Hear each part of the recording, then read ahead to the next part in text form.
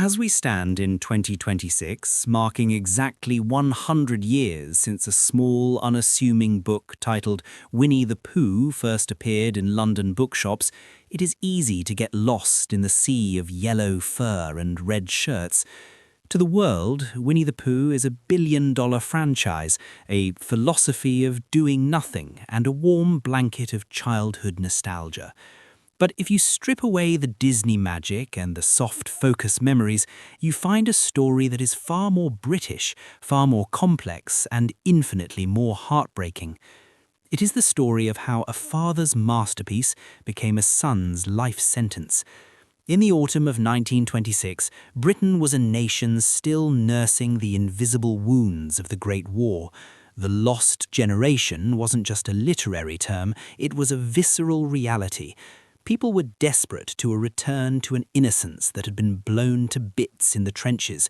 When A. Milne published those first stories, he wasn't just writing for children, he was providing a traumatized adult population with a portal back to a sun-drenched, safe and eternal English afternoon. The book was an instant sensation, selling over 35,000 copies in the UK and 150,000 in the US within months, unheard of numbers for the time. But here is the logic we often ignore. When we turn a real human being into a literary symbol, we essentially kill the person to preserve the icon. A. Milne didn't just base the character on his son, he gave the character his son's exact name, his clothes, and his very soul. In doing so, he committed a peculiar kind of 20th century identity theft. While the world saw a whimsical boy in a smock talking to a bear, the real Christopher Robin Milne was being edited out of his own life. Think about your own name for a second. It is the most private piece of property you own. Now imagine if that name was suddenly owned by millions of strangers who felt they knew you better than you knew yourself. By the time Christopher was sent to boarding school, he wasn't a boy anymore. He was a walking advertisement for his father's bank account. He was bullied, mocked, and forced to be the character. We often praise parents who immortalize their children in art, but perhaps we should ask, does a child ever truly give consent to be immortalized? Or is it simply a form of creative exploitation disguised as love? The tragedy of 1926 wasn't that the stories were bad, they were brilliant. The tragedy was that for Winnie-the-Pooh to live forever, the real Christopher Robin had to disappear. The Hundred Acre Wood is often painted as a sun-dappled sanctuary where time stands still, a place where a little boy and his bear will always be playing. But for the boy who actually lived there, it was a gilded cage. To understand the depth of this, we have to look at Ashdown Forest in East Sussex, the real-life blueprint for Pooh's world. Even today, in 2026, thousands of tourists flock to the Pooh Sticks Bridge, a structure that had to be completely rebuilt because the sheer weight of millions of nostalgic footsteps literally wore the original wood into the mud. It is a strange irony. We trample the reality to find the fantasy. A. Milne once admitted with a chilling level of honesty that he had filched his son's life to fuel his books. He didn't just write stories, he mapped out Christopher's private backyard and sold the coordinates to the public. For most of us, our childhood memories are like old Polaroids, blurry, private, and safely tucked away in a drawer. But for Christopher, his memories were high-definition, public property. He couldn't walk past a tree without a stranger asking him if it was the one where Owl lived. There is a psychological term for this, the Truman Show delusion, the belief that your life is a staged play for others' amusement. Christopher Robin Milne lived that delusion as a reality decades before the term existed. Think about the modern sharenting culture, parents who post every milestone of their toddlers on social media for likes and engagement. We often criticize this as an invasion of a child's future privacy. A. Milne was the 1920s pioneer of this. He didn't have Instagram, but he had a printing press. He took the most vulnerable, unscripted moments of a child's development and turned them into a brand. The logic we usually follow is that art justifies the means. We tell ourselves that because the stories brought joy to millions, Christopher's discomfort was a small price to pay. But as I look at the old photographs of him standing at Cochford Farm, his eyes rarely meet the camera. He looks like a boy who was already trying to ghost his own life. Perhaps the most haunting piece of evidence is the Pooh Sticks Bridge itself. In his later years, Christopher refused to visit it. He didn't see a place of play. He saw the site of a robbery. It's a reminder that nostalgia is often a one-way street. It feels like a warm hug to the observer, but it can feel like a suffocating grip to the person being remembered. In our own lives, we all have that one embarrassing story our parents tell at every dinner party, the one we wish they'd just let die. Now, imagine that story was bound in leather, translated into 50 languages and celebrated for 100 years. You wouldn't just be annoyed, you'd be erased.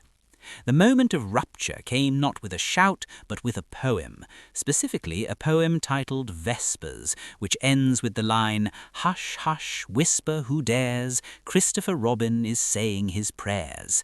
To the British public in the late 1920s, it was the height of sentimental charm. To a 10-year-old Christopher Robin Milne arriving at his first boarding school, it was a bullseye painted on his back. His classmates didn't see a literary icon, they saw a target for ridicule. They would play the gramophone record of the poem over and over, mocking his voice, his name, and his very existence. It is a psychological reality we rarely consider. When a parent turns their child into a public masterpiece, they effectively strip that child of their social armor. Christopher wasn't allowed to be an awkward, messy, or angry preteen. He was the boy from the book, and any deviation from that perfection was seen as a personal failure. As he grew older, the resentment curdled into a cold, hard distance. When World War II broke out, Christopher didn't just join the army, he ran toward it. He became a sapper in the Royal Engineers, seeking out the most dangerous, unwhimsical, and gritty reality possible. He wanted to be defined by his sweat and his courage, not by a stuffed bear. He was searching for a version of himself that hadn't been pre-written in a London study. It seemed to me, he wrote later in his autobiography, The Enchanted Places, that my father had got to where he was by climbing upon my infant shoulders, that he had filched from me my good name and had left me with nothing but the empty fame of being his son. This is the logic of the Creator that we often ignore. We assume that because A. Milne loved his son, the books were an act of devotion. But from Christopher's perspective, his father was a creative predator. Milne was a man who found it easier to communicate with a fictional version of his son than with the flesh-and-blood boy standing right in front of him. It is a dynamic many of us recognize in our own lives, albeit on a smaller scale. We have all felt the weight of a parent's expectations, the dream they have for us that doesn't quite fit who we actually are. But for Christopher, that dream was a global commodity. He couldn't just quit being Christopher Robin because the world wouldn't let him. There is a haunting detail from his adult life that proves this. For years, Christopher struggled to find a job. Employers would interview him out of curiosity, only to realize he was just a man, not a magical child, and then they would turn him away. He was overqualified in fame, but underqualified in reality. In 1951, he finally turned his back on London and moved to Dartmouth to open a small bookshop. He didn't choose a flashy career, he chose a quiet one. And most tellingly, for the first few years of that bookshop's life, he refused to stock a single copy of Winnie-the-Pooh. He was trying to kill the boy in the smock so that the man in the shop could finally breathe. The resolution to this century-long saga didn't happen in a courtroom or a grand public gesture. It happened in the quiet aisles of a small bookshop in Dartmouth. By the time Christopher Robin Milne reached his 60s, the fiery resentment of his youth had cooled into a weary yet graceful acceptance. He realized that while he couldn't kill the boy in the book, he didn't have to be haunted by him anymore. In a move that many found baffling, but was actually a stroke of profound psychological liberation, Christopher decided to give the original toys, the real Pooh, Tigger, Piglet, Eeyore and Kanga, away.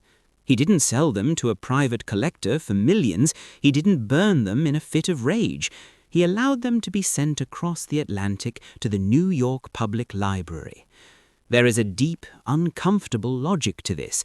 By placing the physical toys behind bulletproof glass in a library, Christopher finally separated the relics from his reality.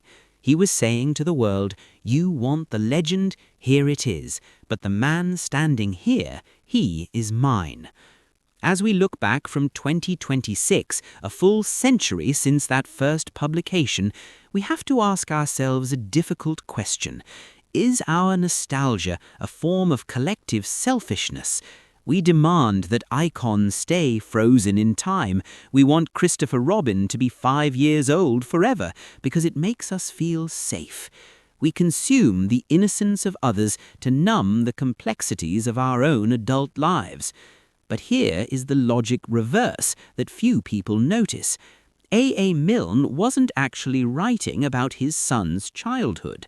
He was mourning his own. Milne was a man who had seen the worst of humanity at the Battle of the Somme. The 100 Acre Wood wasn't a playground he built for Christopher, it was a fortress he built for himself to hide from the ghosts of the trenches. Christopher wasn't the protagonist of the story, he was the ghostwriter for his father's trauma. In our own lives, especially in this hyper-documented era of 2026, we are all Christopher Robins to some extent. We all have digital footprints and curated legacies that our parents or our younger selves have created for us. We are all living in the shadow of who the world thinks we are. Christopher Robin Milne's greatest achievement wasn't being the inspiration for a famous book.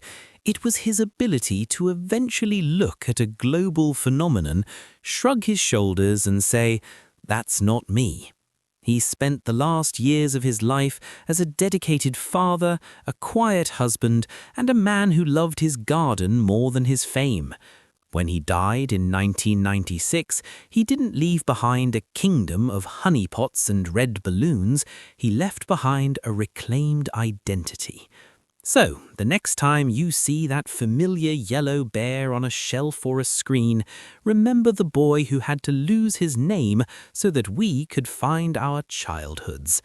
A century later, the lesson of Winnie-the-Pooh isn't just about friendship or honey, it's about the quiet, heroic struggle to be yourself in a world that desperately wants you to be someone else. Because, in the end, the most nostalgic thing we can do is not to cling to the past, but to forgive it. As the sun sets over Ashdown Forest today, exactly 1 century since a father first put pen to paper, the wind still whispers through the trees of the real 100 Acre Wood. We celebrate the bear, and we always will, but perhaps today we should also remember the man who refused to remain a character. Christopher Robin Milne proved that while stories can grant us a version of immortality, it is the quiet, private reality of our own lives that truly matters. He found his peace not in a book, but in the simple act of being himself. Thank you for wandering through these memories with us. If this story touched you, consider sharing it with someone who grew up with the bear.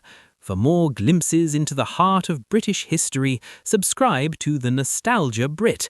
Until next time, keep the stories alive, but never forget the people behind them.